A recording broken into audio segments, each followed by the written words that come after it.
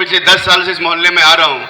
इन 10 सालों में मैंने अपनी ज़िंदगी में जितना वक्त यहाँ दिया, इस मोहल्ले में दिया, मुझे ऐसा लगता है उतना वक्त मैंने किसी मोहल्ले में नहीं दिया।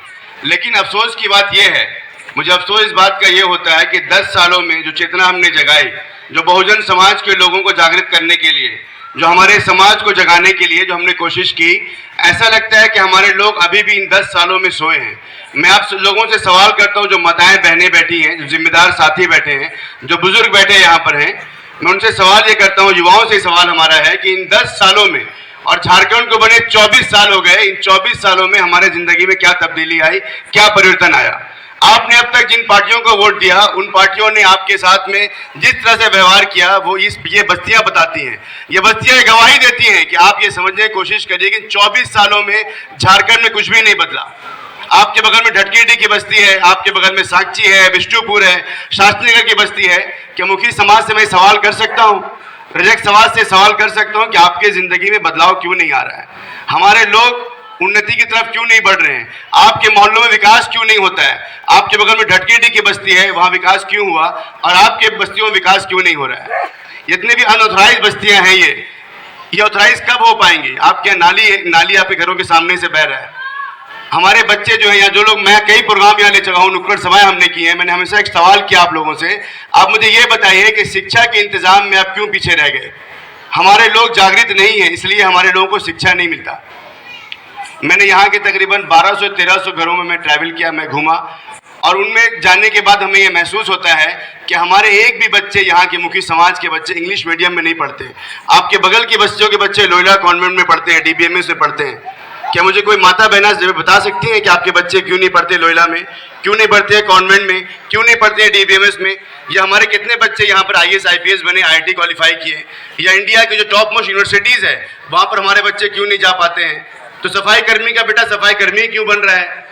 इसलिए हम आपको जगाने आए हैं। आपने इन 10 सालों में और झारखंड के बने हुए 25 सालों में, 24 सालों में आपने जिनको वोट दिया, इन लोगों ने आपको ठगने का काम किया। हिंदू मुस्लिम के नाम पर, जात बिरादरी के नाम पर आपकी बुनियादी ज़रूरतें पूरी नहीं की गई। इन चीज़ों को आपको समझना पड़ेगा, अपने घरों को जगाना पड़ेगा। माताओं बहनें, आपको जगना पड़ेगा।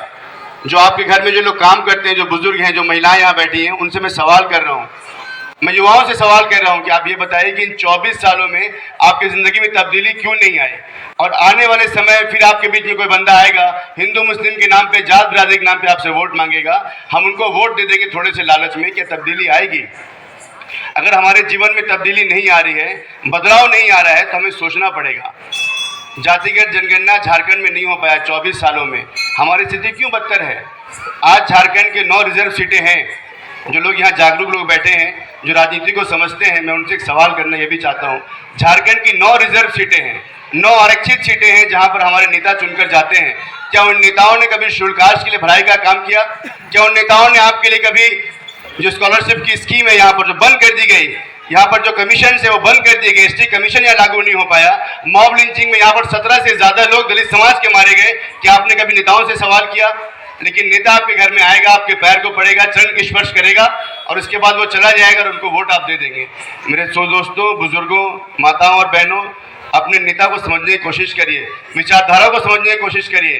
काशीराम साहब कहा करते, जो हमारे पार्टी के रहबर हैं, कि अपनी दीवारों में लिख दो हम इस देश के शासक हैं, हम इस देश के हुक्मरान हैं।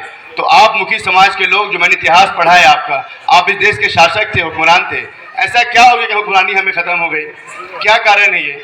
इन कारणों को समझना पड़ेगा, विचारधारा के साथ में आना पड़ेगा, युवाओं को जगना पड़ेगा, महिलाओं को जगना पड़ेगा, हक अधिकार की लड़ाई लड़नी पड़ेगी। आपके बगल में टाटा स्टील है, आपके बगल में TMH है। अक्सर लोग मुखी समाज के जो हैं वो TMH में जॉब करते हैं, सफाई कर्मी हमारे लोग हैं।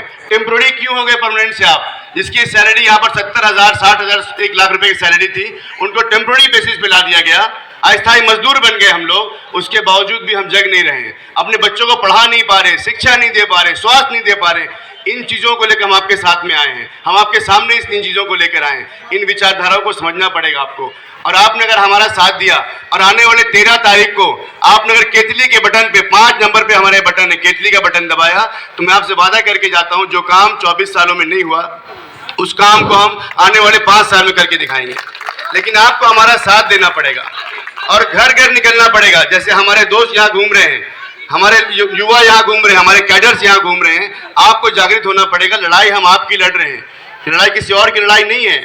मैं आपको ये बात कह के जाता हूँ कि यहाँ पर जिस जगह पे मैं बोल रहा हूँ 85,000 दलित समाज के वोटर हैं। एक शक्ति हम रखते हैं 85,000। अब सोचिएगा जो जीत के जा रहा है वो इस समाज का, इसके बाद 3,000 वोट नहीं है। ये आपको समझना पड़ेगा। तो दलित समाज के लोग आज नेता क्यों नहीं बन पा रहे हैं? पूरे झारखंड में स्कैर्सिटी है, पूरे झारखंड में गैप है। पूरे झारखंड को मैं घूम चुका हूँ। मैंने 350 गाँव का तजुर्बा बता रहा हूँ आपको। इन 350 गाँव मुझे युवा नहीं दिखते हैं। हमारे लोग पलायन कर चुके हैं पैसे कमाने के लिए। बॉम्बे में है, मुंबई में है, वो पुणे में है, हैदराबाद में है, कोलकाता में काम करे। क्या जरूरत इसकी पड़ गई? 24 सालों में जो राज 45% मिनरल रिसोर्सेज यहाँ पाया जाता पूरे देश का, क्या कारण है कि हमारे लोग वहाँ चले गए पैसे कमाने के लिए?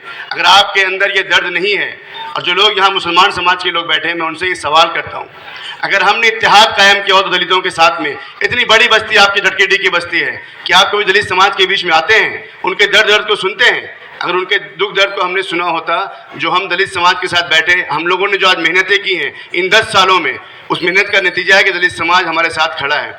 मैं मुसलमानों से, दलितों से, यहाँ जो लोग बैठे हैं, पिछड़े समाज के लोग बैठे हैं, मैं उनसे निवेदन करने यहाँ पर आया हूँ कि इस बार का जो वोट हो आपका, इस बार जो मत का अधिकार आपके पास मिला है, बाबा साहब अम्बेडकर ने दिया, उसका सही उपयोग करिए। सिर्फ हिंदू मुस्लिम के नाम पे काम मत करिए, अपने अधिकार के लड़ने के लिए काम करिए।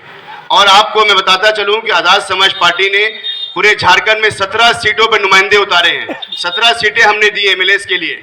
और मैं यकीन दिलाता हूं कि जब रिजल्ट होगा 23 तारीख का, चौंकाने वाला रिजल्ट होगा, और झारखंड की तकदीर भी बदलेंगे, तस्वीरें बदलेंगे। मैं वादा करके आपसे जा रहा हूं। लेकिन इसके लिए आपको आने वाले 13 तारीख को अपने नुमाइंदे को जिताना पड़ेगा, जो आपका भाई, आपका बेटा है। आपने मेरी बातों को बहुत गौर से सुना, बहुत बहुत शुक्रिया। जय भीम, जय संविधान, जय भारत, जोहार।